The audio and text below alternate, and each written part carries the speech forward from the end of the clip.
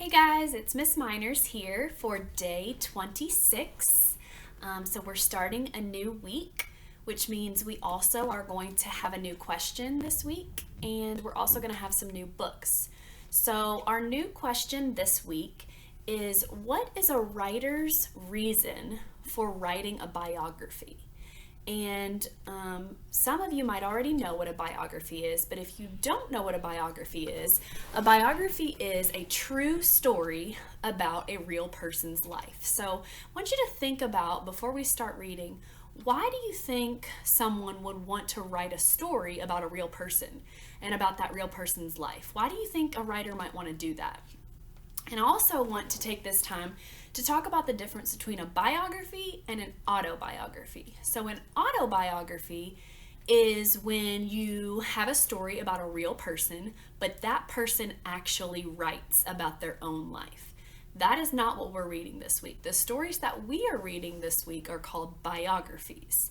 Now, they are going to be about real people's lives, but someone else wrote them. So the people that they are about are not the actual writers. Okay, so that's a different writer that's writing about someone else's life, but they are real people. So all week we're going to learn about some pretty cool people in history and why they're important. So again, all of our books come from our Fountas Pinnell text set, so all of the copyright data and information is credited to them. So our first story this week that goes with our biographies is called Zora Hurston and the Chinaberry Tree.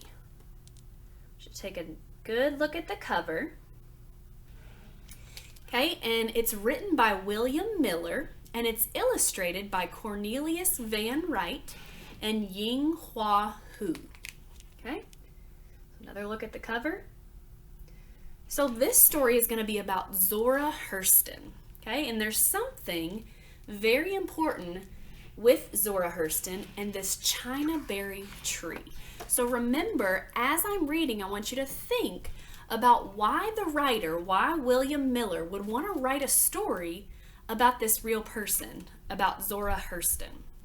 Okay, so as I said, this week we're going to be reading biographies, and all of the different biographies will introduce us to a new person and a real person in history. So this girl on the front cover of today's story's name is Zora Hurston. Okay, and she actually grew up to be a famous writer. So this is going to give us more information about her life when she was a young girl. Okay, so Zora Hurston and the Chinaberry Tree. And don't forget to look, especially on the pages with the post-it notes, for answers to the questions that you guys have to answer. Zora Hurston and the Chinaberry Tree.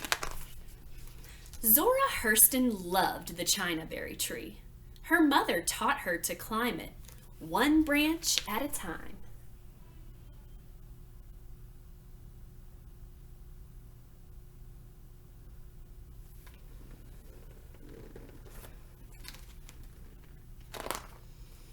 From the tree, she could see as far as the lake, as far as the horizon.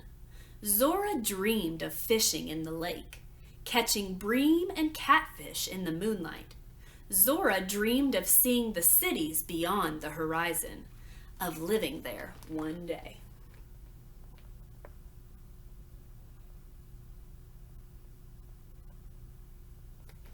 So if you notice, we have a post-it note up here. So here's your question on this page. I want you to look again at the illustration.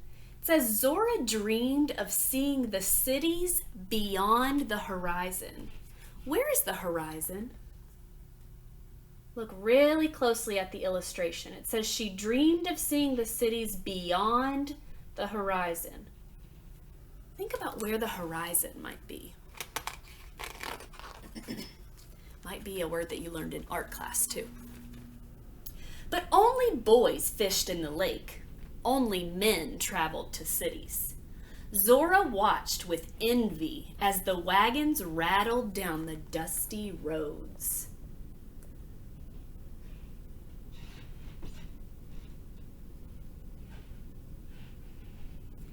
It says she watched with envy. And if you guys don't know what envy means, it means that she was really jealous. Why do you think she was jealous of the boys? Her father told her to wear a dress, to leave tree climbing to wild boys who had no better way to spend their time. He told her to read the Bible every day, learn verses she could recite in Sunday school. He warned her about girls who didn't obey their fathers, girls who didn't grow up to be young ladies.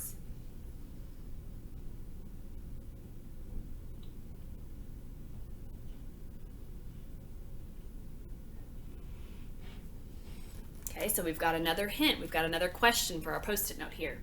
It says, how does Zora feel about what her father tells her? Let's look at her face. How do you think she's feeling about what her father is telling her about, you leave that stuff to the boys. You dress up and stay in the house. How does it look like she's feeling about that? But Zora only listened to her mother. She taught Zora that everything had a voice. The trees and rushing wind, the stars in the midnight sky. She taught Zora that the world belonged to her, even the lake and far off horizon.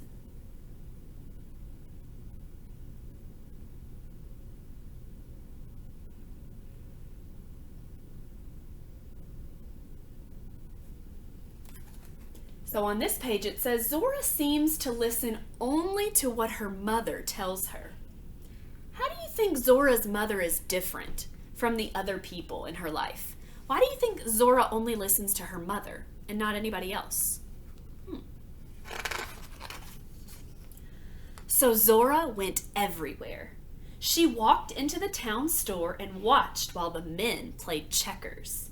She asked questions and more questions until the men taught her how to play.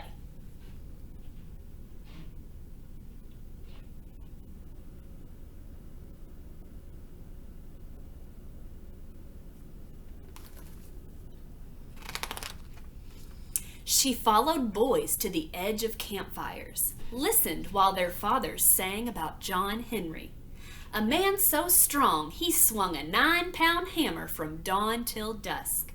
She learned about Death, the great square-toed one who lived in the West. Death sat on a platform made of palm leaves and ruled with a sword in his hands. Zora learned about Africa, the place where she and her people came from. In Africa, they had been kings and queens, builders of cities that stood for thousands of years. They worshiped gods who ruled the sky, the mountains and rivers, the stormy sea.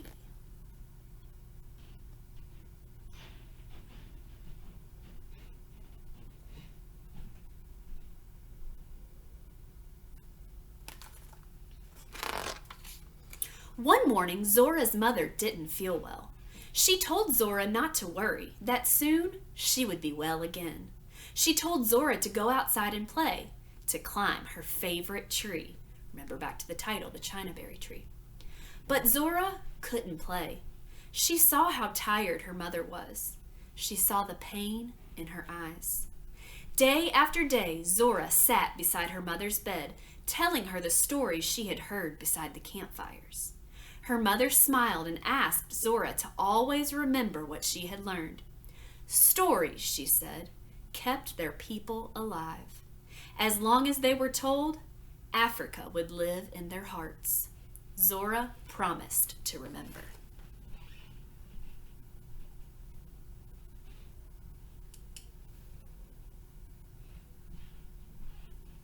Okay, so again on this page we see a post-it note and it says, what did Zora promise her mother? Think about what her mother told her. And Zora said, I promise. What did she promise? Zora's mother slowly got worse. Men and women came to sit up with her through the long, hot nights. The town doctor came. He gave her pills and shook his head, walked sadly away. Even the root doctor tried his magic. He rubbed snake oil and mustard salve on her face. He burned a tall white candle beside her bed, but nothing worked. Zora was sitting in the parlor when her father told her she would not see her mother again.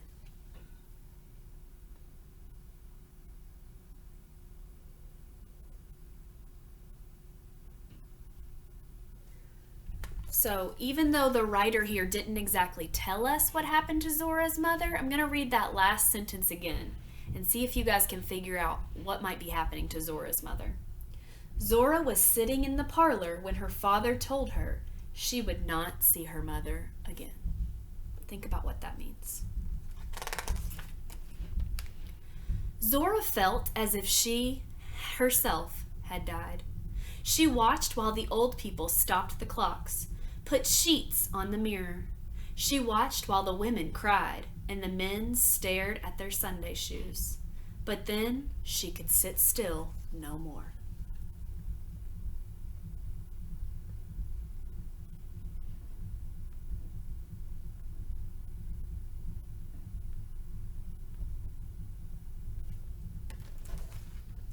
So what are you guys thinking she might do? It says she just watched and watched as all of these people were sad, but she could sit still no more.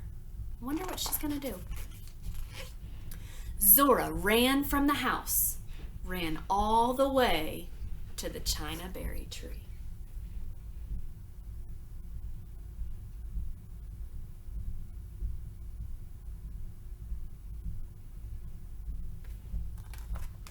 Why do you guys think she went to the Chinaberry tree?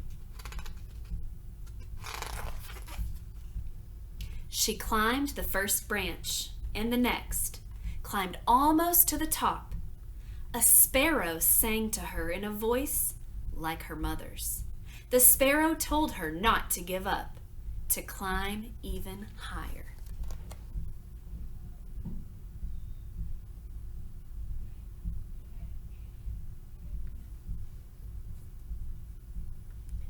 So I want you to think about that. I'm going to point out the sparrow. If you don't know what a sparrow is, it's a bird. So it says, the sparrow sang to her in a voice like her mother's. The sparrow told her not to give up, to climb even higher. So here on this page it says, what do you think the sparrow means to Zora? Or who do you think the sparrow might represent?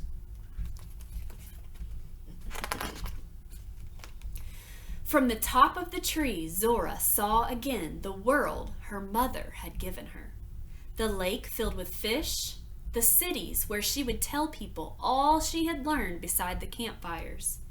Zora promised her mother that she would never stop climbing, would always reach for the newborn sky, always jump at the morning sun.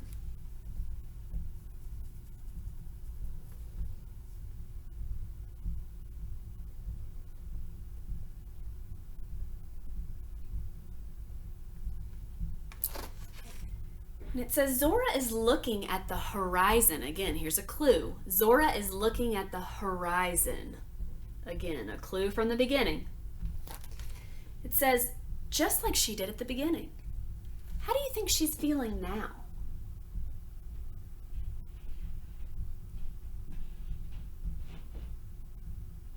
How do you think she's feeling now? And that's the end of our story today. So I'm going to kind of tell you guys that the first time I read this story, I was a little bit confused because if you were listening at the beginning, it says that this woman that we're reading about, Zora Hurston, she grew up to become a famous writer. But in this story, we really didn't learn anything about writing, did we? It mostly just talked about her and her mother and about how she would always go to this Chinaberry tree and she would think about what her mother told her.